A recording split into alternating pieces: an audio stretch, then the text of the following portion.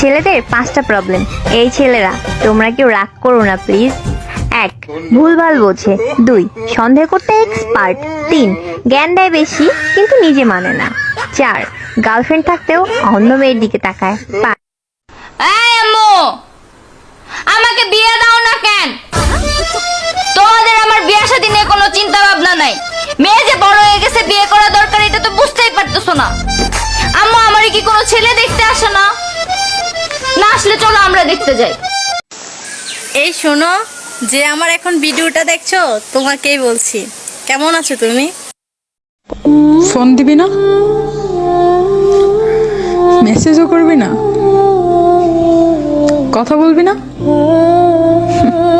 তারপরেও তো ভুলতে পারলি না। আল্লাহ জানে ভাই আমারে কার কপালে রাখছে, তবে বই না একটু যত্ন নিস, তোর দুলাভাই লাগে।